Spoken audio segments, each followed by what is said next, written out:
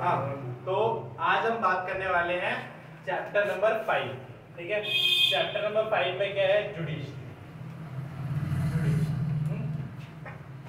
तो सबसे पहले बात करते हैं जुडिशरी में हम पढ़ने के बारे में। ठीक है, जुडिशरी में हम सबसे पहले पढ़ेंगे व्हाट इज जुडिशरी। ठीक है, व्हाट, ठीक है, मतलब जुडिशरी क्या होती है। ठीक है, उसके बाद हम पढ़ेंगे कि इंडिपेंडेंट जुडिशरी क्या होती है। इंडिपेंडेंट जुडिशरी क्या होती है। तीसरा हम पढ़ेंगे कि हमारे जो जुडिशरी है, ठीक है, उसका स्ट्रक्चर क्या है। क्या है उसका स्ट्रक्चर? Structure of judiciary. फिर हम पढ़ेंगे कि हमारी जो जुडिशरी है उसके कितने ब्रांच है।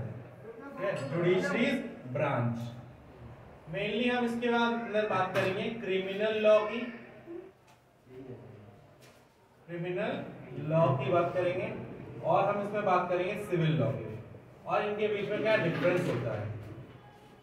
लास्ट हम बात करेंगे access of judiciary. Access of judiciary, क्या जुडिशरी सबके सारे जो हमारे सिटीजन्स हैं, सारे के सारे जो हमारे सिटीजन्स हैं इंडिया में रहते हैं, उन सबको जुडिशरी का एक्सेस है कि नहीं। ठीक है, वो सब कोर्ट तक पहुंच सकते हैं कि नहीं। ठीक है, तो सबसे पहले बात करते हैं स्टार्ट हमारी कि जुडिशरी होती क्या है। ठीक है, एक छोटा सा बैकग्राउंड देता हूँ जुडिशरी के बारे में। हाँ, तो जुडिशरी क्या होती है? जुडिशरी एक तरह का सिस्टम होती है जो कि हम हर डिस्प्यूट को सॉल्व करने में हेल्प करती है, चाहे वो डिस्प्यूट कैसा भी हो। चाहे वो डिस्प्यूट तुम्हारा सेंटर और स्टेट के बीच में, सेंटर मतलब जो सेंट्रल गवर्नमेंट है, मोदी सरकार, ठीक है, और स्टेट गवर्नमेंट मतलब दिल्ली सरकार, यूपी सरकार है ना, केजरीवाल, योगी, ये सब है ना, इनके बीच में कोई डिस्प्यूट होगा, या स्टेट के बीच में कभी डिस्प्यूट हो गया, मतलब योगी और किसमें झगड़ा हो गया, योगी और केजरीवाल में झगड़ा हो गया। ठीक है, अगर इनमें कभी झगड़ा हो जाता है, इनमें कोई डिस्प्यूट हो जाता है, ठीक है, या स्टेट या किसी सिटीजन के बीच में कोई झगड़ा हो गया, ठीक है, मतलब स्टेट ऑफ यूपी वर्सेस में, ठीक है, या किसी इंडिविजुअल और इंडिविजुअल के अंदर क्या हो गई, डिस्प्यूट हो गई। ठीक है, तो चाहे किसी भी तरीके का डिस्प्यूट हो, डिस्प्यूट का मतलब कोई भी झगड़ा हो, कोई भी कुछ हो, मतलब किसी भी तरीके की उलझन हो दोनों के बीच में, क्या हो, किसी भी तरीके की उलझन हो दोनों के बीच में, वो क्या होगी, उसको कौन सॉल्व करेगा? कोर्ट सॉल्व करेगा। कौन सॉल्व करेगा? कोर्ट सॉल्व करेगा। ठीक है,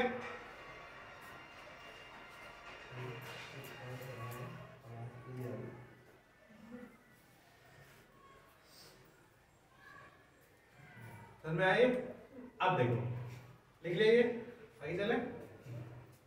तो बात करते हैं व्हाट इज जुडिशरी, और जुडिशरी होती क्या है और ये क्या क्या काम करती है। ठीक है, जैसे मैंने बताया जुडिशरी क्या करती है, ये एक डिस्प्यूट सेटलमेंट बॉडी होती है जो किसको हैंडल करती है, डिस्प्यूट को। डिस्प्यूट मतलब कोई भी झगड़ा, कोई भी झगड़ा, ठीक है,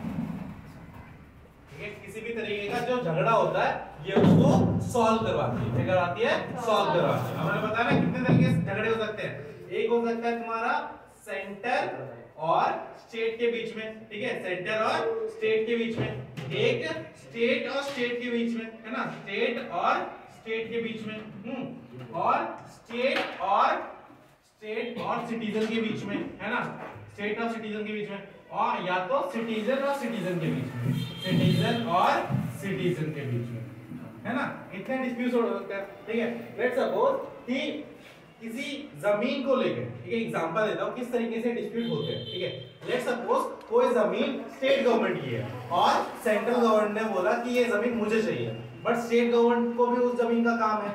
ठीक है, तो उनके बीच में क्या होगा, वो जमीन को लेके झगड़ा हो जाएगा।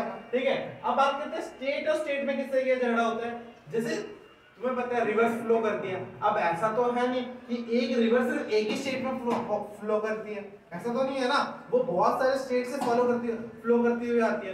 तो जब वो बहुत सारे स्टेट से फ्लो करती हुई आती है ना, तो सब स्टेट्स को पानी मिलता है ना, सब स्टेट को इक्वल पानी मिलना चाहिए उस नदी से। बट क्या होता है कि कुछ स्टेट क्या होता है उसके पानी को अपनी तरफ रोक देते हैं या उस नदी पे बराज बना देते हैं या डैम्स बना देते हैं, जिससे कि पानी को दूसरे स्टेट तक पहुंचने में क्या होती है, कम पानी पहुंचता है। तो क्या होता है, स्टेट 1 और स्टेट बी, स्टेट 1 और स्टेट 2 के बीच में क्या होता है, झगड़ा स्टार्ट हो जाता है कि तुमने पानी कैसे रोका और पानी दो हमें, है ना। इस तरीके से झगड़ा क्या होता है, स्टेट और स्टेट के बीच में होता है। फिर स्टेट और सिटीजन के बीच में कैसा होता है कि लेट्स सपोज मेरा घर कापासेड़ा में है, ठीक है, और कापासेड़ा में से एक हाईवे निकलने वाला है, ठीक है, और उस हाईवे के लिए सरकार ने मेरी जमीन मुझसे छीन ली। तो अब झगड़ा किसके बीच में है, मेरे बीच में और सरकार के बीच में, ठीक है, मेरी जमीन को लेके कि मैं अपनी जमीन नहीं देना चाहता या आप मेरे को मेरी जमीन का कम रेट दे रहे हैं, जो मार्केट रेट चल रहा है जमीन से उससे कम रेट पे आप मुझे अपनी जमीन देने को बोल रहे हो। तो ये क्या हो गया, मेरा क्या झगड़ा हो गया, स्टेट के साथ झगड़ा हो गया, ठीक है। फिर बात करते हैं सिटीजन की, जैसे मेरा और सुमित का झगड़ा हो गया, ठीक है, किसी बात को लेकर, या इसने मुझसे पैसे लिए थे और मैं वो पैसे वापस नहीं कर रहा, तो हमारे बीच में जो झगड़ा हो जाएगा उसको भी कौन सॉल्व करवाएगा, कोर्ट सॉल्व करवाएगा। कौन कराएगा, कोर्ट, ठीक है। तो जुडिशरी क्या करवाती है, डिस्प्यूट सॉल्व करवाती है। क्या करवाती है, डिस्प्यूट को सॉल्व करवाती है, चाहे वो डिस्प्यूट सेंटर और स्टेट के बीच में हो, स्टेट और स्टेट के बीच में हो, स्टेट और सिटीजन के बीच में हो, सिटीजन और सिटीजन के बीच में हो। समझ में आ गया यहाँ तक। अब बात करते हैं इसके अलावा और क्या काम होता है। इसके अलावा भी इनके पास, जुडिशरी के पास और भी काम होते हैं, ठीक है। तो देखो और क्या काम होते हैं, मेनली इनके पास 3 काम होते हैं। क्या होते हैं, 3 काम जुडिशरी, ठीक है। 3 काम क्या होता है, सबसे पहला काम जो होता है इनका वो होता है कि डिस्प्यूट रेजोल्यूशन, जो मैंने अभी बताया ना अभी, डिस्प्यूट रेजोल्यूशन का, डिस्प्यूट को सॉल्व करवाने का। फिर दूसरा काम क्या होता है इनके पास, जुडिशियल सिस्टम का, इसका जुडिशियल रिव्यू, जुडिशियल रिव्यू का काम होता है। फिर इनके पास क्या काम होता है, वो होता है इनके पास लॉ या फंडामेंटल राइट्स, ठीक है, एफआर लिख रहा हूं, फंडामेंटल राइट्स को इन्फोर्स करवाना, इन्फोर्समेंट, ठीक है, क्या करवाना, फंडामेंटल राइट्स को इन्फोर्स करवाना। अभी हमने डिस्प्यूट रेजोल्यूशन की बात करी कि कौन-कौन सा डिस्प्यूट हो सकता है, क्या-क्या सॉल्व करवाएगा। अब हम बात करते हैं जुडिशियल रिव्यू क्या होती है, ठीक है। देखो जो जुडिशियल रिव्यू होता है, जो हमारा जुडिशियल रिव्यू होता है, इसके अंदर लेट्स सपोज हमारी जो गवर्नमेंट है वो पार्लियामेंट से एक लॉ पास करवाती है, ठीक है, क्या कराते हैं, पार्लियामेंट से एक लॉ पास कराते हैं। और तुम्हें पता है कि जब भी पार्लियामेंट से कोई लॉ पास होता है तो वो लॉ पूरी इंडिया पे एप्लीकेबल हो जाता है ना, पूरे इंडिया पे चला। अब ये जुडिशियल रिव्यू के अंदर क्या होता है कि कोर्ट ये तय करता है कि जो लॉ पास हुआ है वो सही है या गलत है, वो हमारे बेसिक स्ट्रक्चर के वायलेट कर रही है या नहीं कर रही है। बात समझ में आ गई, क्या कर रही है, ये जो कोर्ट है वो क्या करती है कि जो लॉ पास हुआ है, और लॉ कहां से पास होता है, पार्लियामेंट से। कहां से पास होता है, पार्लियामेंट से या स्टेट है तो देखो सेंट्रल लेवल पे लॉ कौन बनाता है, पार्लियामेंट, संसद। कौन बनाता है, संसद, ठीक है। और स्टेट लेवल पे यूपी, हरियाणा, है ना, इन सब जगह पे कौन लॉ बनाता है, वो बनाता है लेजिस्लेटिव असेंबली। कौन बनाता है, लेजिस्लेटिव असेंबली, ठीक है। चलो इन दोनों में से किसी ने लॉ बनाया, ठीक है। अब वो लॉ सही बना है, वो लॉ हमारे फंडामेंटल राइट्स को वायलेट तो नहीं कर रहा, ठीक है, या वो कॉन्स्टिट्यूशन में दिए गए बेसिक स्ट्रक्चर को वायलेट तो नहीं कर रहा, ठीक है। बेसिक स्ट्रक्चर का मतलब क्या होता है कि हमारे कॉन्स्टिट्यूशन को जिन्होंने बनाया था ना, तो कॉन्स्टिट्यूशन के बाद बहुत सारे अमेंडमेंट होने लगे, ठीक है। तो एक केस में क्या हुआ, सुप्रीम कोर्ट ने एक वर्डिक्ट दी, उस केस का नाम था government of India versus Kerala का था कोई, केबीसी केस बोलते हैं उसको, ठीक है। बहुत इंटरेस्टिंग केस था, मतलब उसमें क्या होता है, उस बंदे की जमीन ना गवर्नमेंट ने ले ली, ठीक है, तो उसने केस कर दिया और उसी केस में, हाँ, केस का नाम था केशव नंदी भारती केस, ठीक है, Kesavananda Bharati case, KBC case, ठीक है। इसमें क्या था कि गवर्नमेंट ने उसकी जमीन है ना जोर जबरदस्ती ले ली थी, ठीक है। तो जोर जबरदस्ती ले ली थी तो उसने बोला कि गवर्नमेंट ऐसा नहीं कर सकती, मेरा फंडामेंटल राइट है। तब राइट टू प्रॉपर्टी भी जो था ना फंडामेंटल राइट्स का हिस्सा हुआ करती है। जैसे तुम्हें पता है फंडामेंटल राइट्स में कितने राइट्स होते हैं, 7 राइट्स होते हैं ना, ठीक है। उसमें पहले 8वां राइट भी था राइट टू प्रॉपर्टी का, ठीक है। उस राइट को हटा दिया गया, ठीक है। तो पहले वो लॉ था, तो जब उसकी जमीन को छीना गया तो उसने केस कर दिया कोर्ट पे कि मेरी जमीन से छीन ली गई है, ये मेरे फंडामेंटल राइट का क्या है, उल्लंघन है। तब सुप्रीम कोर्ट ने बोला था कि ये एक बेसिक स्ट्रक्चर है, उन्होंने डिफाइन नहीं करा था बेसिक स्ट्रक्चर क्या है, बोला था सरकार किसी भी तरह से बेसिक स्ट्रक्चर को क्या नहीं कर सकती, वायलेट नहीं कर सकती। तो अब जुडिशियल रिव्यू के अंदर क्या करती है सरकार, कोर्ट क्या करती है, वो देखती है जो लॉ बना है वो बेसिक स्ट्रक्चर को वायलेट कर रहा है या नहीं कर रहा है। अगर वो कर रहा है तो कोर्ट के पास इतनी पावर है कि वो उस लॉ को नल एंड वॉइड कर सकती है। क्या कर सकती है, उसको खारिज कर सकती है। क्या कर सकती है, खत्म कर सकती है, खारिज कर सकती है, उसको एकदम बंद कर सकती है। वो लॉ एप्लीकेबल ही नहीं होगा, उसको बोल देंगे ये लॉ क्या है, अनकॉन्स्टिट्यूशनल है, ठीक है। तो इसलिए जब भी तुम देखे हो ना, जब भी प्रोटेस्ट होते हैं इंडिया में तो बोलते हैं सुप्रीम कोर्ट के पास जाएगा केस, है ना। सुप्रीम कोर्ट इस केस को देखेगी, इस लॉ को देखेगी और वो बताएगी कॉन्स्टिट्यूशनल, ये जो लॉ बना है वो कॉन्स्टिट्यूशनल लॉ है या अनकॉन्स्टिट्यूशनल लॉ है, ठीक है। फिर सुप्रीम कोर्ट डिसाइड करती है कि कॉन्स्टिट्यूशनल है या अनकॉन्स्टिट्यूशनल। अगर सुप्रीम कोर्ट ने बोल दिया कि ये जो लॉ है ये अनकॉन्स्टिट्यूशनल है, क्या है, अनकॉन्स्टिट्यूशनल है, तो वो लॉ क्या हो जाएगा, वहीं पे नल वॉइड हो जाएगा, मतलब वहां पे वो लॉ क्या हो जाएगा, खत्म हो जाएगा, ठीक है। तो इसीलिए सारे लॉ बनने के बाद कहां आते हैं, ठीक है, जब भी डिस्प्यूट होता है मैक्सिमम लॉस पे होता नहीं है कि सारे के सारे सुप्रीम कोर्ट में चले जाए, तो सुप्रीम कोर्ट का ये दूसरा काम ही बन जाएगा कि सारे लॉस को चेक करना है ना। बहुत कम केसेस जो होते हैं सुप्रीम कोर्ट के पास जाते हैं जुडिशियल रिव्यू के लिए, और वो जब चेक करते हैं कि ये बेसिक स्ट्रक्चर को किसको फॉलो करती है, बेसिक स्ट्रक्चर को फॉलो करती है या नहीं करती है, क्या नहीं करती, ठीक है। ये बेसिक स्ट्रक्चर आज तक डिफाइन नहीं हुआ, बट तुम इसको एक तरह समझ सकते हो, ये गाइडलाइन है, क्या है, गाइडलाइन है, रूल्स है जिसको हम तोड़ नहीं सकते, ठीक है। यहाँ तक समझ में आया, किसी को तो प्रॉब्लम समझ में आता नहीं है, ठीक है। उसके बाद देखो फंडामेंटल इन्फोर्समेंट, ठीक है, फंडामेंटल राइट का इन्फोर्स करवाना। लेट्स सपोज तुम्हारा कोई फंडामेंटल राइट वायलेट हो गया, तो तुम्हारे पास ये हक होता है कि तुम उस केस में सुप्रीम कोर्ट और हाई कोर्ट जा सकते हो, ठीक है। बट तुम्हें प्रूफ करना होगा कि तुम्हारा फंडामेंटल राइट क्या हुआ, वायलेट हुआ, ठीक है। तो जब फंडामेंटल राइट्स जो होता है ना वो हम सभी सिटीजन का क्या होता है, हक होता है, ठीक है। और उस हक को पाने में हेल्प कौन करता है, जुडिशरी करता है, ठीक है।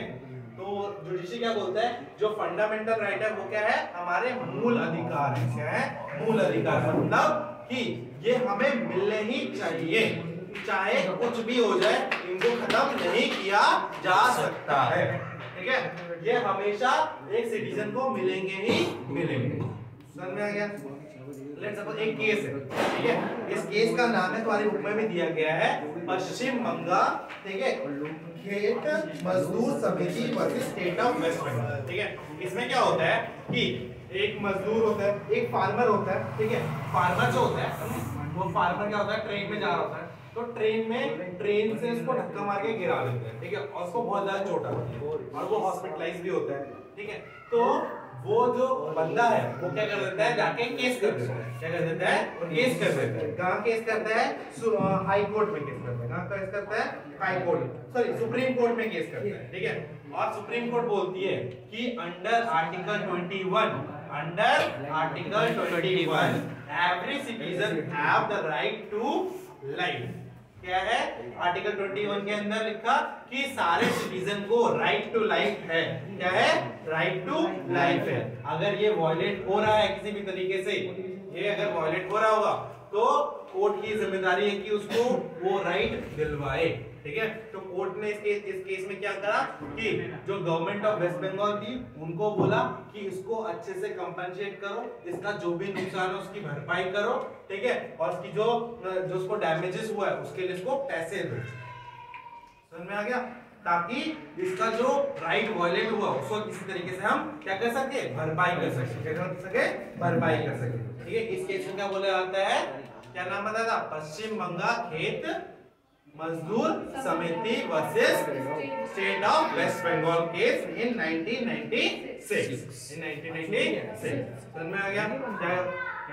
एक बार और समझा दो क्या? अच्छा, ये समझ में नहीं आया। देखो इसमें जो बंदा होता है ना, इसका नाम होता है कि हकीम शेख। ठीक है, क्या नाम होता है, हकीम शेख। तो ये ट्रेन से ट्रेवल कर रहा होता है, ठीक है, और ट्रेन से जब ये ट्रेवल करता है तो उसको धक्का मार के ट्रेन से बाहर निकाल दिया जाता है। इसकी वजह से इसको बहुत ज्यादा चोट आती है, ठीक है, और इसकी लाइफ भी डेंजर हो जाती है, हॉस्पिटलाइज होता है, मरने वाली हालत हो जाती है, बट मरता नहीं है, तभी तो केस करता है।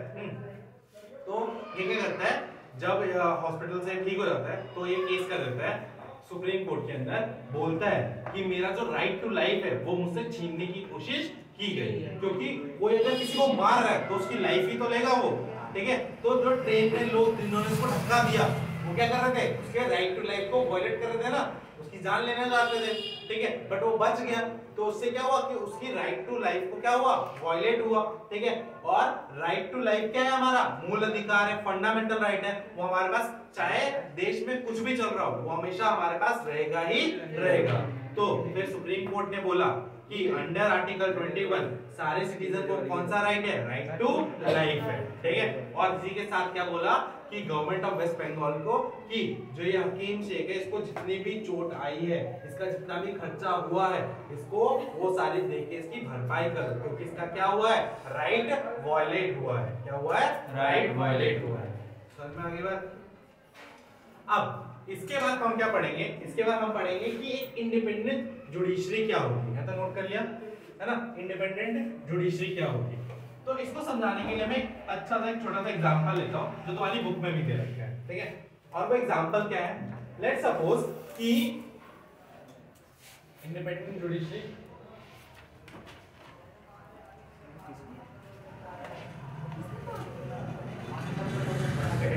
कर दिया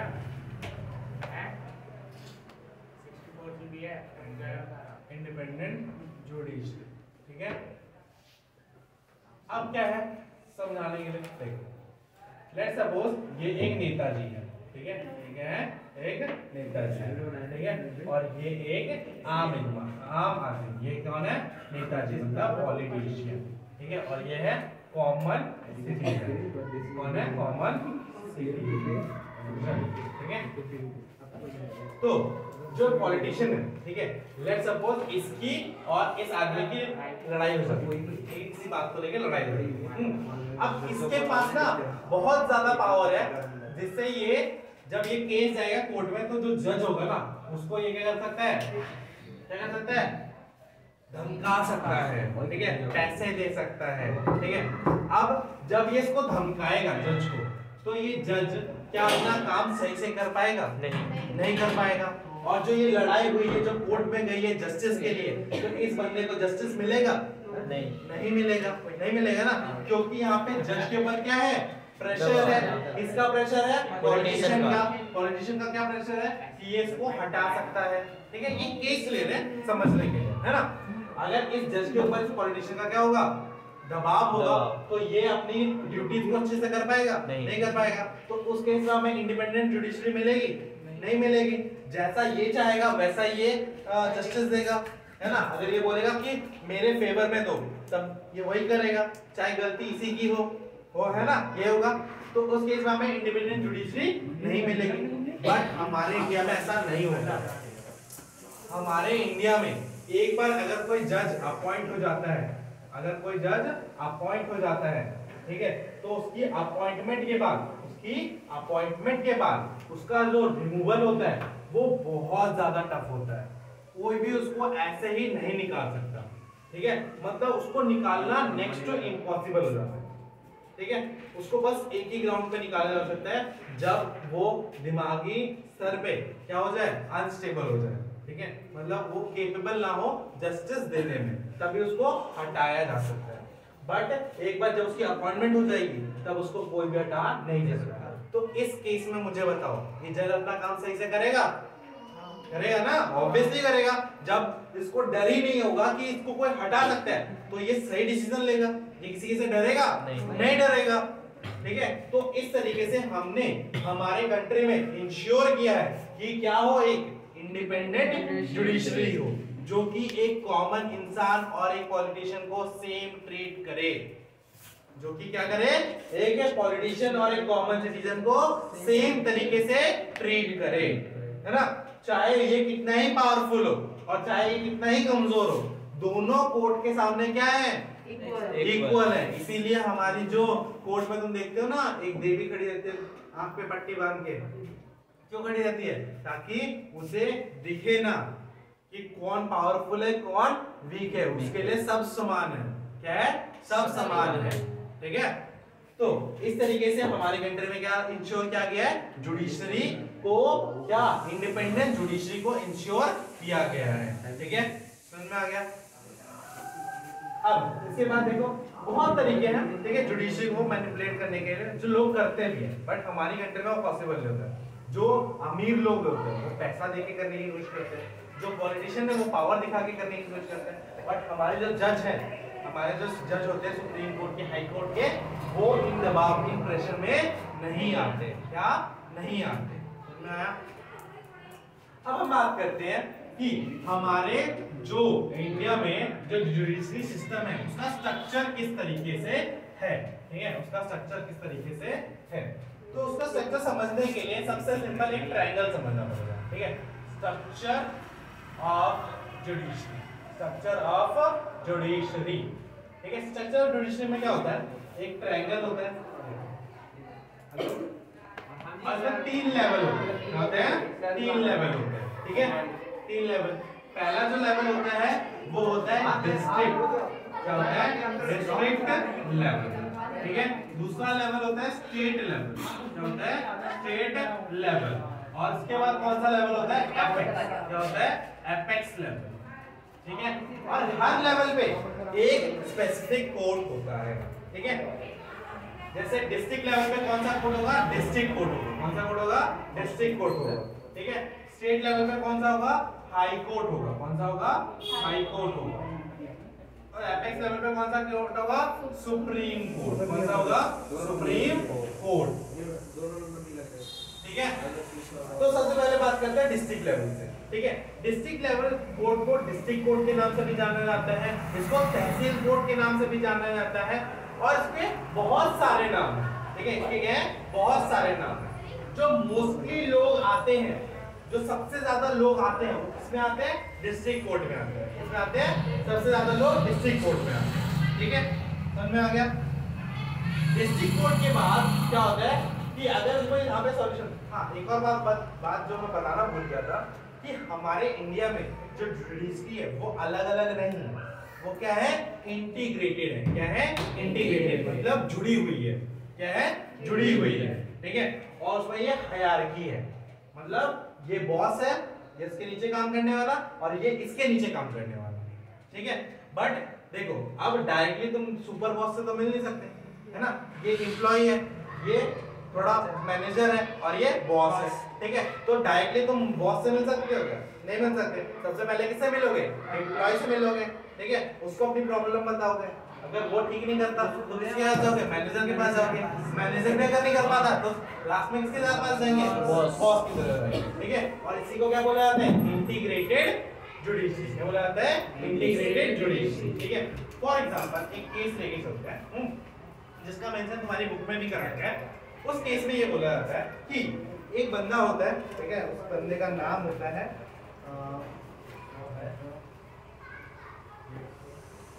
लक्ष्मण नाम होता है, ठीक है। क्या नाम होता है, लक्ष्मण, हाँ। और उसकी वाइफ होती है सुधा, क्या होती है, वाइफ सुधा, ठीक है। तो उसकी वाइफ जो होती है, ठीक है, ये बात है 2 दिसंबर, ठीक है, 2 दिसंबर 1980, ठीक है। तो उसकी वाइफ हॉस्पिटल में मर जाती है, क्या होती है, हॉस्पिटल में मर जाती है। और मरने का रीजन ये होता है कि वो जलने की वजह से मर गई है। किसकी वजह से, जलने की वजह से, आग से वो जल गई है, उसकी वजह से वो मर गई है ना, ये बात है।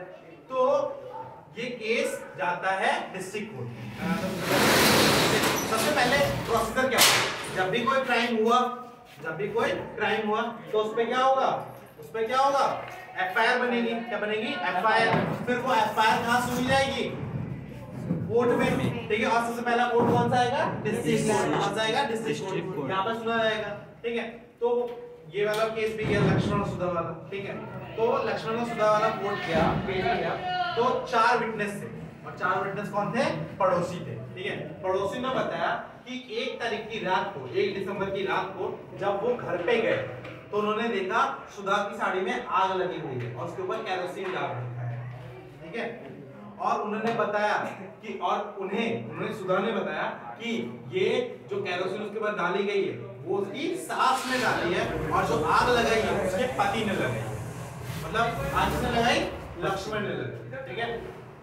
तो डिस्ट्रिक्ट कोर्ट फैसला सुनाती है कि सभी के सभी को क्या करा जाएगा? इन सबको सजा दी जाएगी। और कौन सी सजा दी जाएगी? मौत की सजा दी जाएगी। ये सुना दिया इन्होंने, ठीक है। अब इन्होंने सुनाने के बाद वो जो जजमेंट है वो कहा जाएगा? वो अब ये जो लोग थे वो कहां लेके जाएंगे जजमेंट को? जिनको सजा मिली है कहां लेके जाएंगे? स्टेट लेवल पे, मतलब हाई कोर्ट में। तो जब हाई कोर्ट में ये केस जाएगा, हाई कोर्ट में जब ये केस जाएगा तो क्या होगा कि हाई कोर्ट में जाने के बाद क्या होगा कि वहां पे इनको बाइज्जत बरी कर देंगे। मतलब लक्ष्मण बोलेगा कि नहीं, वो जो आग लगी थी वो अपने आप लग गई थी, ठीक है, हमने नहीं लगाई थी। वो गैस स्टोव से केरोसिन उसके साड़ी पे गिर गया था, उससे आग लग गई थी। और ये चीज सुन के हाई कोर्ट जो है वो उन सबको क्या कर देंगी? जिन्होंने आग लगाई थी उनको छोड़ देंगी, ठीक है। बट जब ये बात पता चलती है इनको, बाकी लोगों को जो सोसाइटी में रहते हैं, तो उनमें से एक ग्रुप उठ के आता है और सुप्रीम कोर्ट में क्या डालता है? पीआईएल क्या होती है? Public interest litigation. ये कोई भी डाल सकता है किसी और के लिए, ठीक है। तो वो डाल देते हैं सुप्रीम कोर्ट में और सुप्रीम कोर्ट फिर से इस केस को सुनती है और फिर ये पाती है कि जो डिस्ट्रिक्ट कोर्ट में जो फैसला दिया गया था वही सही था। हाई कोर्ट वाला जो केस था वो क्या है? बिल्कुल भी गलत था, ठीक है। तो गलत होने की वजह से वो क्या हो गया? सुप्रीम कोर्ट ने बोला कि अब तुम सबको सजा मिलेगी। वो भी कब तक की? एकदम जब तक जिंदा रहोगे तब तक तुम जेल में रहोगे, ठीक है। ये सजा कौन देता है? Supreme court. तो देख रहे हो ना, एक कोर्ट ने दिया फिर उसने उसका चेंज किया, फिर उसने। तो ये कैसा हो सकता है? जब तीनों के तीनों क्या होंगे? ज्वाइंट होंगे। क्या होंगे? तीनों के तीनों ज्वाइंट होंगे। समझ में आ गया? इंटीग्रेटेड जुडिशरी का मतलब, ठीक है। नोट करो।